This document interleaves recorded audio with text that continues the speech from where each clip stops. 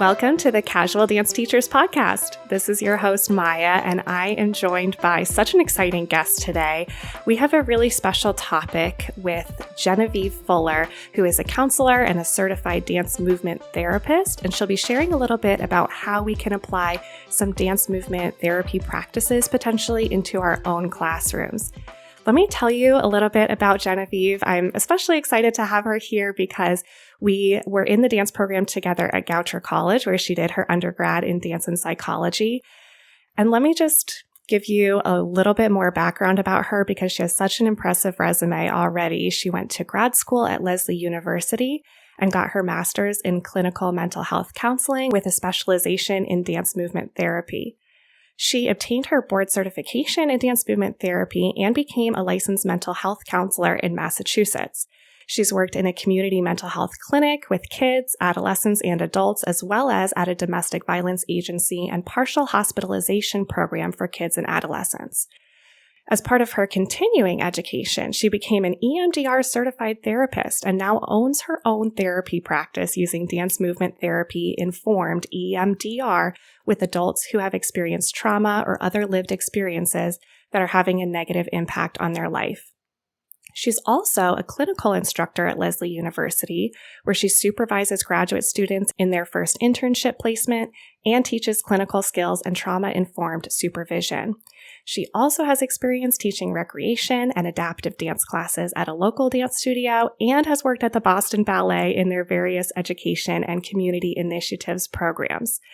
And she put a little note in here that says, you don't have to say all that, but I really wanted to because I just think it's so cool how many different things you've done and all of your experiences. So without further ado, thank you so much for being here. Welcome, Genevieve.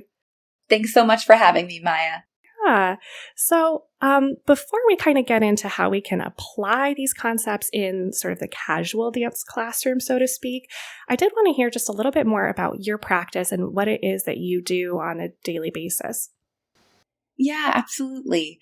As you mentioned, I currently work with adults, most of whom have experienced some type of trauma in their past or experiences that are having negative, unwanted impacts on their present, which might look like anxiety, depression, low self-esteem, relationship challenges, or really just feeling like nothing they do is ever enough. And as an EMDR and dance movement therapist, a lot of my work is focused on recruiting the body as a resource and tool to help navigate through those past memories or any challenges that are coming up in the participant's present day. I really believe that the body has to be present in the work for all parts to be on board during the process. And I believe that EMDR really creates the container where we can take all the information and resources available to us in the present and layer it onto those past experiences where maybe that information just wasn't available to us yet. Mm-hmm. So EMDR, can you break down that acronym and what that means? Absolutely. So it stands for eye movement desensitization and reprocessing. It's a phased-based approach to therapy, which means we aren't jumping right into processing traumatic experiences, but instead we build resources and increase awareness of how past memories are impacting the participant. When we are reprocessing and desensitizing the traumatic memories, EMDR uses bilateral stimulation, usually with back and forth rapid eye movements. This bilateral stimulation helps the participant essentially keep one foot in the present and one foot in the past while we activate their adaptive memory network so that they can take all that information available to them in the present, layer it over those past experiences, and ultimately shift their relationship with the memories in ways that are more supportive to their daily life. Wow, that's really interesting. I had actually looked that up because in preparation for this, and I had never even heard of that before. I thought that's so interesting, and I love what you say about having the body be present and part of that experience and processing. That is so important. So coming at this from the angle of being, again, just a casual dance teacher, I'm always trying to cram a lot of dance technique into the classroom, but I find that unfortunately, a lot of my students, even as young as like 10, I would say, into the teenage years, seem to display some signs of low self-worth, potentially anxiety, depression. I've had a few students that have actually confided in me that they're feeling those things. Generally, what I'll see is just a little bit of the lack of the spark that might have been in their eye. It seems like they're struggling, and so I perceive that. So I don't know exactly what's going on, but I'd love to be able to help them with their self-esteem, moving through anxiety, moving through any kind of conflicts that are holding them back from enjoying their dance classes and dancing out to their fullest and all of that. So I'm curious if you have any practical tips, exercises, anything that we could utilize in the classroom to help students that might be struggling with those same types of issues. Yeah, I really appreciate your thoughtfulness around this question. I've been thinking about it a lot ever since you reached out. And I'm still not sure I have a great answer because every student and class is, of course, going to require something very unique to them.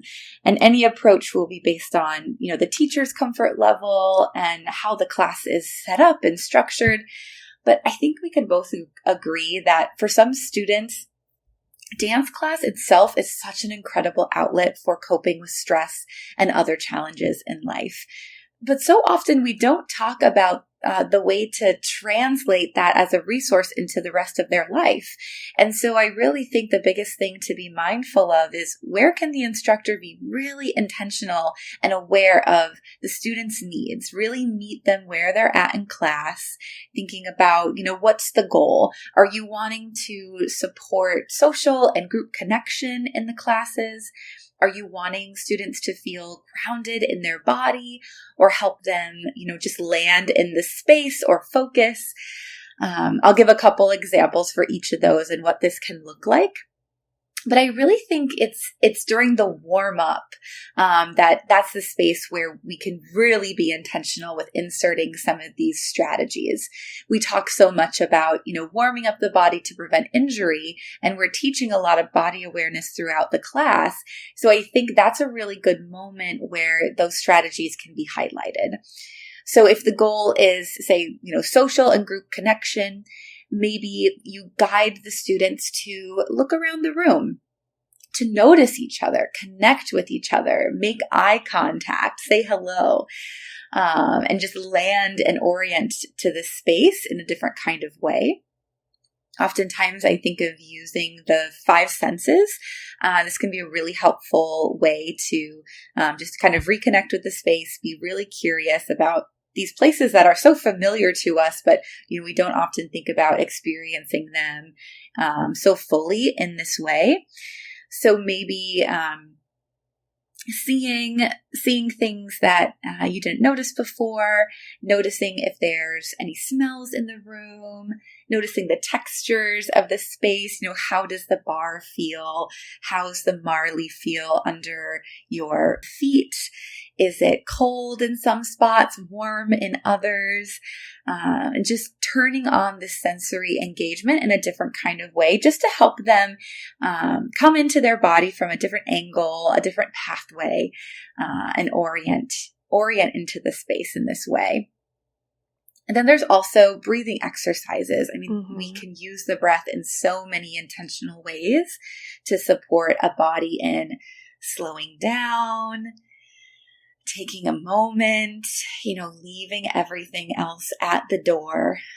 When we breathe together as a class, it creates a moment of pause and allows everyone to really just land in their space, land in their body before we jump into the structure and expectations of class.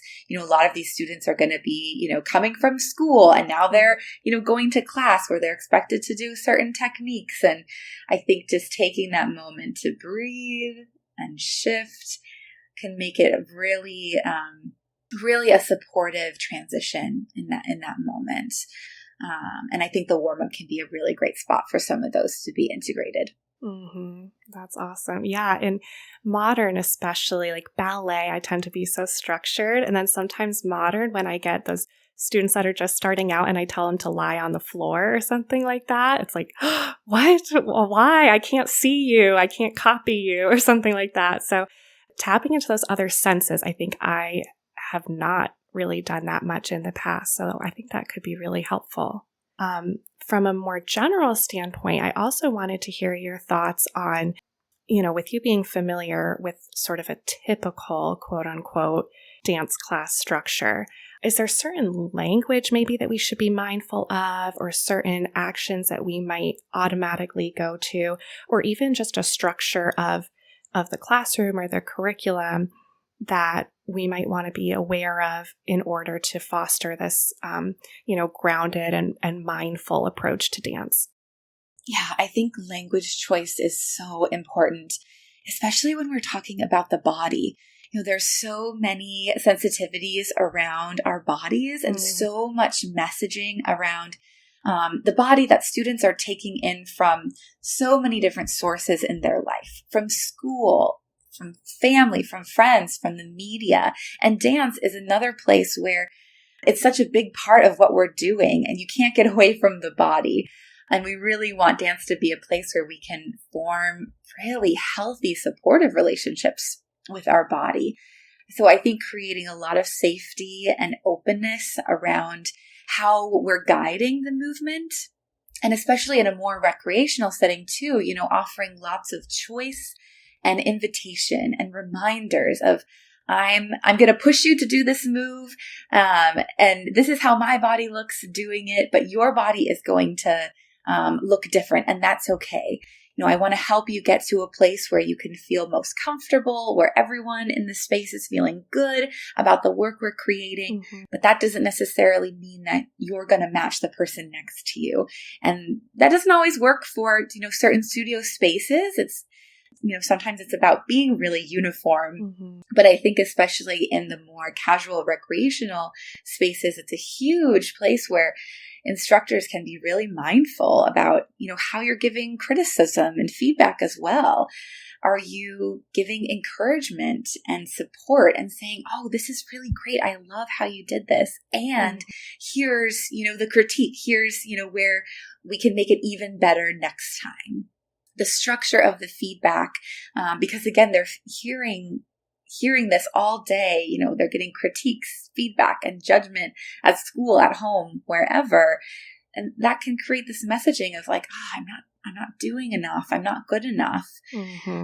Even if they're in class working on building new skills and learning something, if they're constantly hearing that criticism, it's just going to feel like they're not doing a good enough job. So we have to be really, really mindful about that feedback as well. Yeah. Absolutely. I appreciate that so much. I'm wanting to take notes, but I'm oh no, I have to focus. So I'll listen back and take notes later. It's so good. Thank you. Is there anything else from your practice that you think we as casual dance teachers, or any dance teacher really, might want to be mindful of or be applying in their teaching?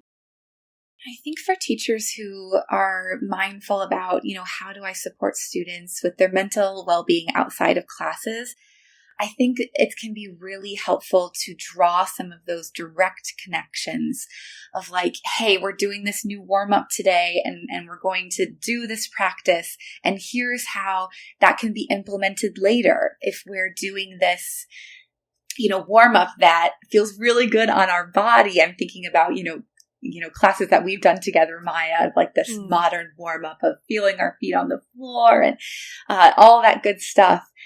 The instructor can teach them, you can use this at home. If you need a break from studying, lay down on the floor, move your body, get up, take a movement break. If you're feeling stressed, something's going on at home, can you come back to these really familiar movements, warm-ups, breathing practices, do this thing that feels good in your body. Even before you go on stage, if you're feeling nervous, there's so many applicable ways where these skills can be inserted. And I think for teachers to name that directly, it's going to create this link and lasting connection that may not necessarily be active and present for the students. So yeah, I think really just bringing in that intentional connection, can the instructor be the bridge, the link of how do we apply all this great stuff, all this movement that can feel so good in our body into the spaces in life outside of the studio. Mm-hmm. Yeah, to know that dance is not another thing to stress about, but is actually a release from stress, and that your dance teacher is an advocate and an ally for you to help you through that, as opposed to someone that's putting more pressure on you. I think it's easy for me to lose sight of that and sometimes just focus on like physical goals. But that's really what it's all about, especially in the more recreational settings, like just creating a space that the dancers can appreciate their bodies and what they can do and how they can help them. That's really all that I had as far as like questions, unless you have anything else to add. I don't think so. I would just encourage, anyone who's interested in the mental health benefits of dance and movement to, see if there's a dance therapist in your community. Maybe you can build a new connection and invite that person even to the studio to do a workshop or something that, again, helps bridge this link of mental health support and dance and movement. Yeah. So if someone wants to find you and connect with you, how can we do that? Yeah, absolutely. I can be found at my website, GenevieveFuller.com. And on Instagram, I have an Instagram as well at embodied.emdr.therapist. So embodied EMDR therapist. Please don't hesitate to reach out, send me a message. I'm always looking for more people to connect with and hope we can just keep this conversation going. Yeah. Well, it's been fantastic. Like I said, I have all these notes now that I'm going to have to take. And I just think this is going to be so valuable for a lot of people, students and teachers, together. If we can apply these things, it'll be really fantastic. So thank you so much. I appreciate your time. Thanks so much for having me, Maya. And hello again. It's Maya recording this after the call with Genevieve, and having listened to it again, oh my gosh, there is just so much good stuff. I finally had a chance to take my notes, and I'm really, really looking forward to applying some of these practices in my own classroom for the betterment of my own mental health as well as my students. I really think I can utilize a lot of these. I'd love to hear your thoughts as well. So please join me in the Casual Dance Teachers Network on Facebook to just thank Genevieve for her time, for her insight, share what you took away from this episode, and share your own thoughts and ideas that you've utilized as well. I did still want to close with a quote because found a perfect one for this topic. Forget your troubles and dance. Bob Marley.